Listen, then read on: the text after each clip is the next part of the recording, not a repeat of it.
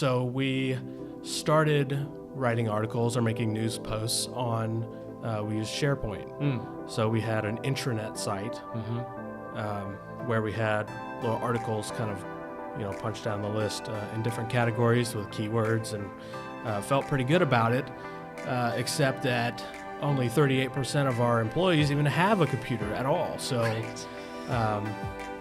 so we started exploring, well, what would it look like if we logged on through a phone?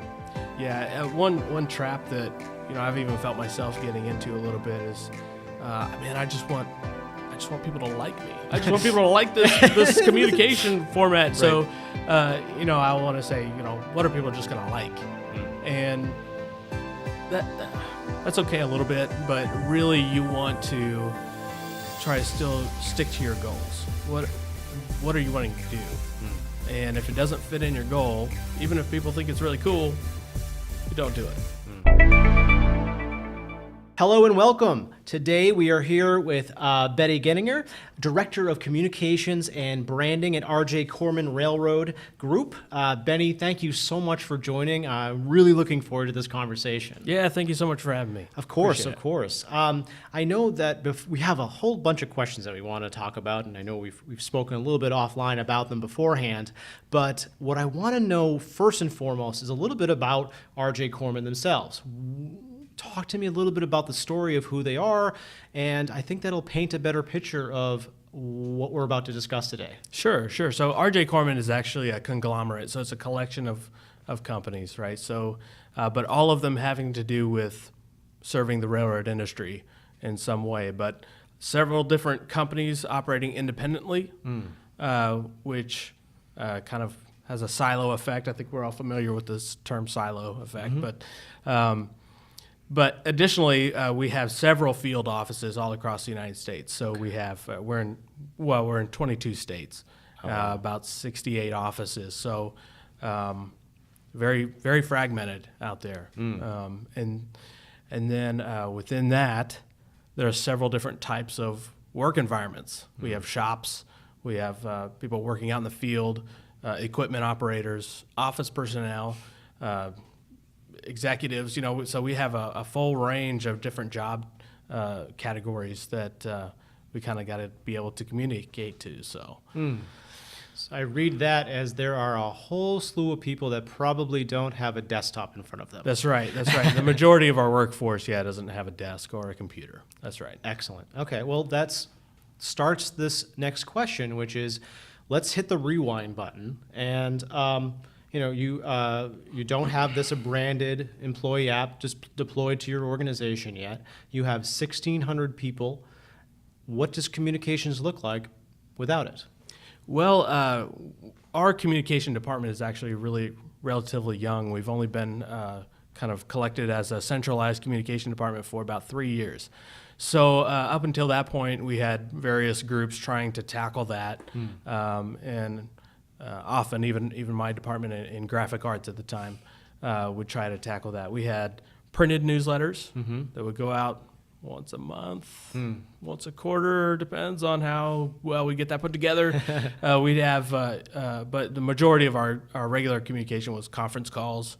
So they'd have a conference call with upper management and say, all right, when y'all talk to your teams, this is what you need to talk about. Here are the key talking points. And then they would turn around and either have another conference call with their team or in-person kind of like gather around type of meeting with their team. And, we never really knew how well that communication or how true to the original we're playing telephone, right? Like literally playing telephone. So we give a message, then they give a message, then they give a message.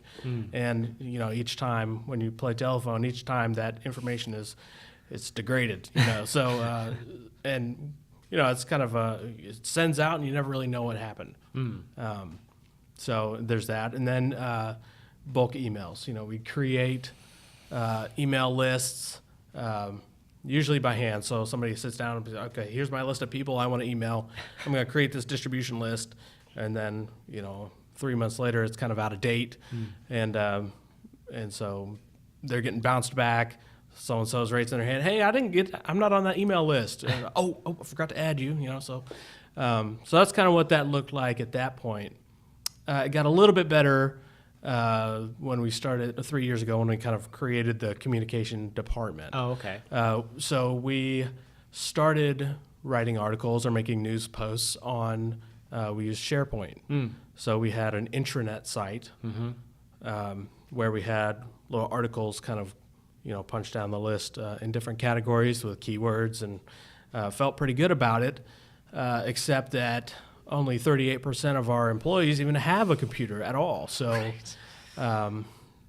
so we started exploring, well, what would it look like if we logged on through a phone? And trying to use SharePoint mobile was not working. It was not working, and trying to get it to work was becoming very difficult to try to figure out. But then along came our mobile first platform. So excellent. So that's great. Wow, that's a really interesting journey, and I think I'm willing to bet that a lot of people listening are going to find that relatable. That it sort of starts with this print form of trying to communicate, and then it starts to extend into email, and email is okay, but you start seeing the percentages that are just not matching up with the rest of the team that you're trying to communicate with, some of the most important people that you're trying to communicate with, the people that aren't in cubicles. Right. And so that's really interesting. So, okay, so let's keep going then.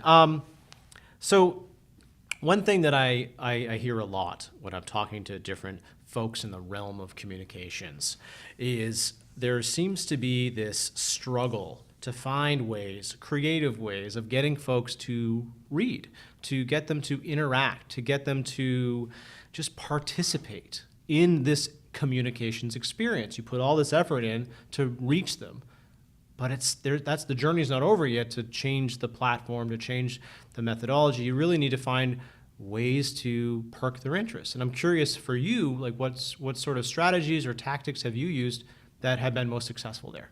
Yeah, well, we live in the Instagram age, and I've found that people just love sharing photos and looking at other people's photos. And so one of the best ways that I've gotten people to interact with some informative article is to say, call for, post a photo of something that relates to this. For us, it's a job, a big job that a lot of people are on. Hey, send in a photo of this job. And so people will post photos of the job, and people come back to see what other people posted and see, is that better than my picture? So people really like to engage via just visuals like that and sharing what each other have. It's sort of, and forgive me for jumping in on that, but I think that that's a great opportunity to find or uncover just brand awareness and just excitement for the company. Oh yeah, right? Definitely. Through those photographs, you find people. It might even be surprising. Wow, I'd never even thought that they would be that proud of the job that they're doing. Yeah, always giving people an opportunity to be proud of their work, be proud of where they work is always a positive thing. And then the second place I've seen people kind of light up is when we're talking about acknowledging people, acknowledging their work, calling people out and say, so-and-so did a good job, and people are interested in that. You actually talk about that in your bio. You actually mentioned very specifically that you really love finding opportunities to celebrate loudly, praise people, and advocate the work that they're doing. How does that work? I mean, is there in particular, I think you focus on accomplishments specifically, and I was curious how well were they received, and how did you even uncover them in the first place? Yeah, well, so we have kind of 3 different tiers or channels for kind of capturing that and celebrating that. The first one is very informal. So sometimes we just include it in a post and say, hey, why don't you call out somebody who's been doing a really good job lately? Who in your work group has really done a great job upholding this core value of the company. And then people write in the comments that talk about different people, and man, people love to compliment each other and just spread that positivity and say, man, I really respect you for doing this or that. So that's one way that we kind of on a lighter and maybe like it's not a huge accomplishment, or it's just like over time somebody is consistent about doing this or that, and we capture it that way. That actually, you mentioned something earlier about if it's not relevant to them, it doesn't matter to them. And so there's kind of two pieces of that, and I wanted to just make sure I circled back to that because I think that's a really, really important point that you made earlier. If you could elaborate on that a little bit further, that would be great. Sure. So I think that kind of goes back to the ability of staff base in particular to target messaging. So even though we are, I talked about our silo effect, and we kind of want to break that down as much as possible. But at the same time, there are certain things that are really only relevant to a certain group of folks. And it's great to be able to target that and say, oh, wow, they scroll through that. It's almost a personalized experience for them. And people are more interested if they know that the experience is going to be personalized and not just like for everyone. That is something we've been talking a lot about in this podcast, is that you have to respect, and we mentioned it offline, it's a BYOD, right? It's not your device. It's not the organization's device. It's the personal device of your staff member. And you have to respect that. And so if it's one of the earlier episodes, we actually talked about, it sounds really silly, but it's true, social governance, like just having the ability to refrain yourself from pushing out information left and right because it becomes noise. Oh, yeah. And this focus on making sure that it's local, specific, and relevant is really, thank you for talking about that, because it really taps into something that I think I'm just hearing more and more about it and about its effectiveness. It's still a challenge, though, because to your point, you're trying to reach the organization without it being siloed, but at the same time, you need to respect that those silos can have benefits too. Yeah. At least to continue that active involvement. So maybe larger messages can be cast to everybody, but people are more willing to participate in it if they know, oh, they're not going to communicate with me unless it's important.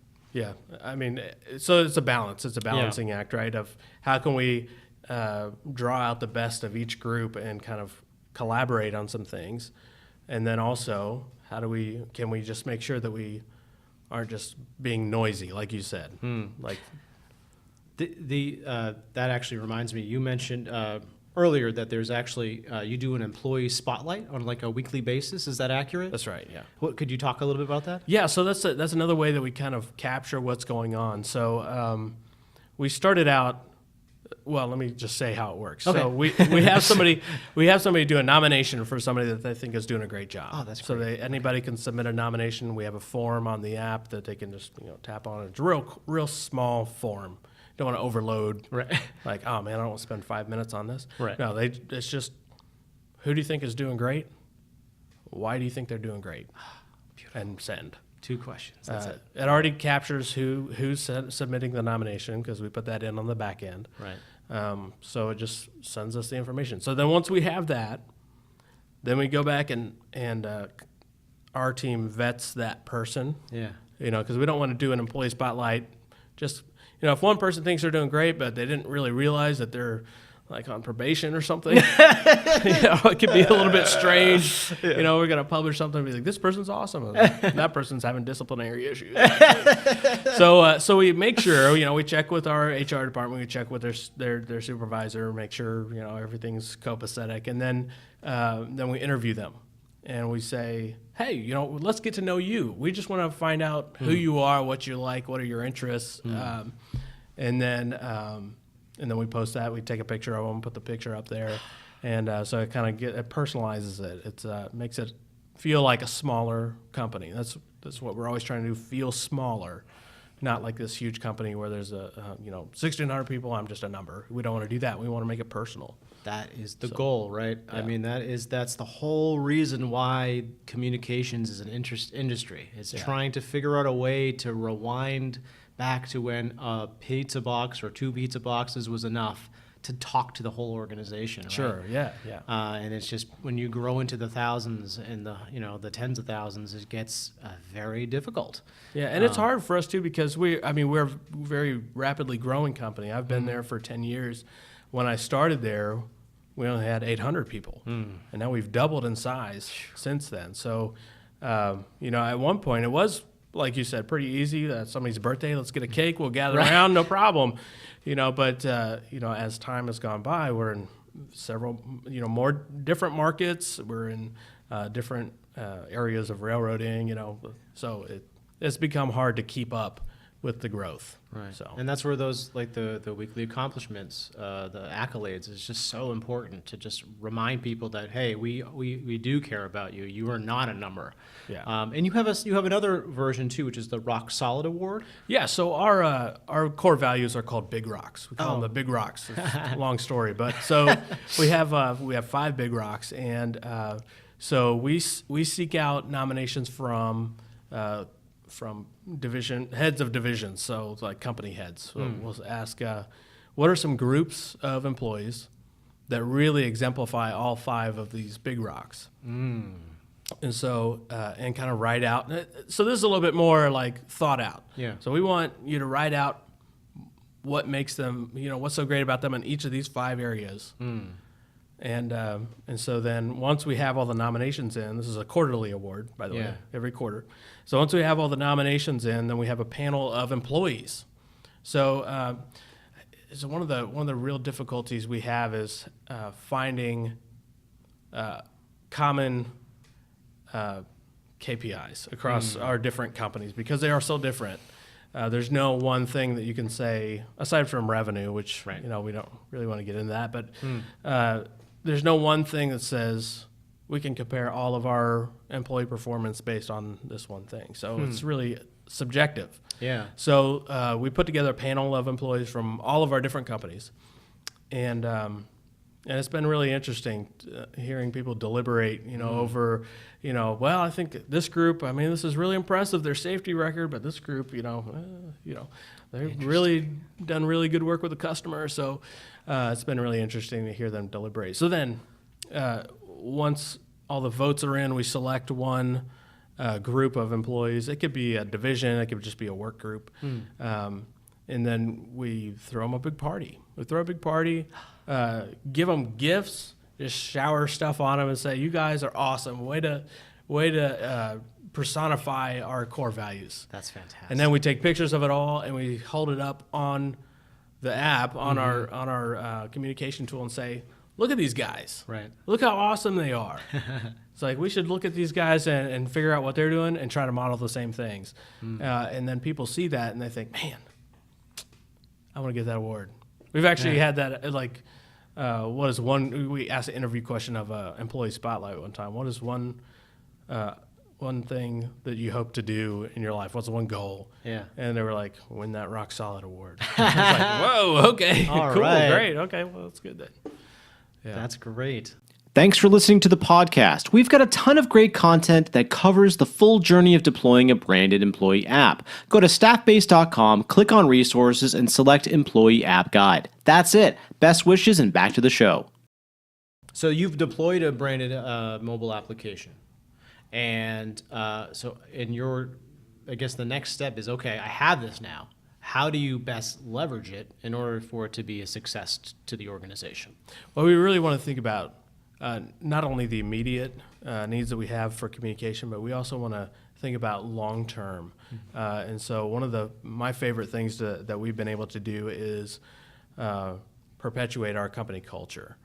And so obviously you have those immediate needs like, hey, everybody, we have this thing this Friday. We need to tell you about it, and you need to do whatever, call to action. But there are also those things where, with so many different locations, you're never really sure how effectively that company culture has been upheld in different pockets, right? So again, with a growing organization, you have new locations here and there. You're thinking, I'm not sure how consistently from one division to another you see the same types of behaviors and the same focus.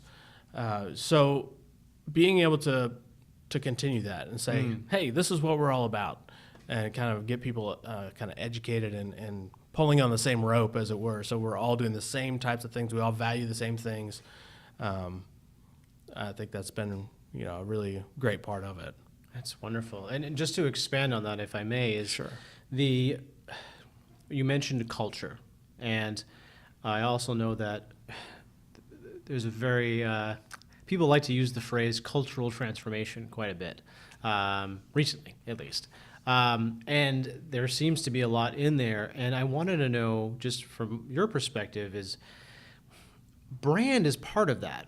And this ability to respect your company and really be part of something unique and different. And I'm curious if you've seen that evolve since doing this and focusing on it and asking for photos and all that. Yeah, I think that it activates people. And like you talk about, mentioned the photo contest. We did one that was about one of our core values is look good. It's just simple, look good, and you can take that in several different ways.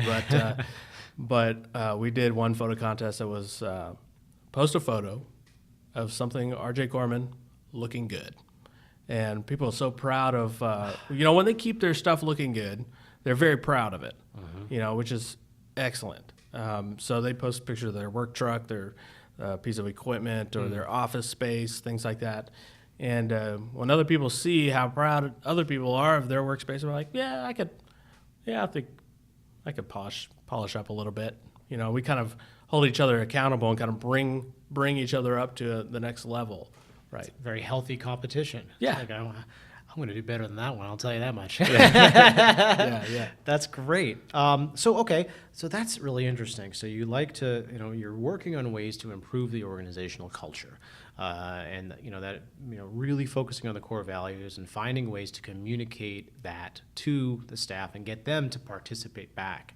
What are what's next? What are you looking to just extend the reach of what mobile in particular offers? Well, interestingly, we've been talking about doing a podcast, Oh. similar to this. Yeah. So we have, like I said, a lot of deskless workers, and a lot of people like to read. That's great. A lot of people don't like to read. I actually don't really like to read that much. So having just another option for of medium, I think would be helpful. And additionally,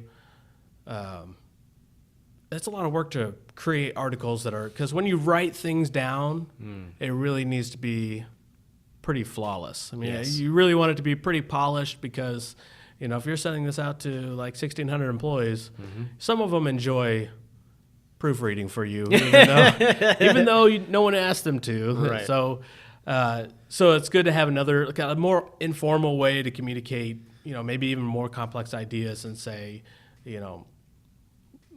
let's provide an opportunity to let subject matter experts express themselves without being intimidated by, hey, can you write an article for this? Right. It's a lot easier to say, hey, would you sit down and talk with me about this? Yes. And then they could quickly articulate with a little preparation, but not as intense as writing an article. Yeah, and the pressure's kind of off to the grand extent, at least, when you can say, look, here's an outline of what we're going to talk about. We might veer here and there. If it's relevant, we'll keep talking about it. But yeah, you don't have to sit down and make sure that you have, your Webster's dictionary next to you and your thesaurus to make sure that you don't, sound like a buffoon. So let's just I have a already nice used that word conversation. 3 times. I gotta come up with a synonym. So that's great. So it seems like a lot of what you're talking about too is just sort of finding new ways around your content strategy. You're just really trying to evolve how you're delivering information to people.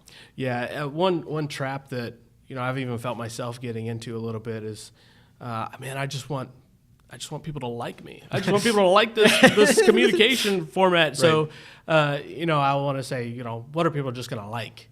And that's okay a little bit, but really you want to try to still stick to your goals. What are you wanting to do? And if it doesn't fit in your goal, even if people think it's really cool, you don't do it. Like maybe you could try to figure out how to, use this idea towards one of your goals, but don't just do something because people are like, well, cool. Right. So trying to just drive towards that focus of, what are the things we're trying to accomplish. That's a tough one. I mean, you get like a shiny new toy and it looks really fun, but it's not actually effective. Right. And it's hard to separate yourself from that. Yeah. For sure. Interesting.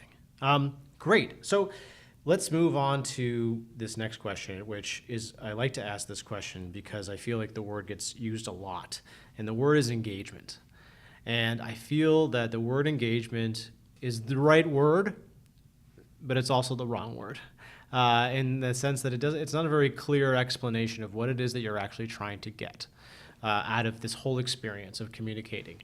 And so I'm curious, in terms of your communication strategy, do you think that the word engagement might be the wrong path? Do you agree or disagree? Is there something better to use instead of it?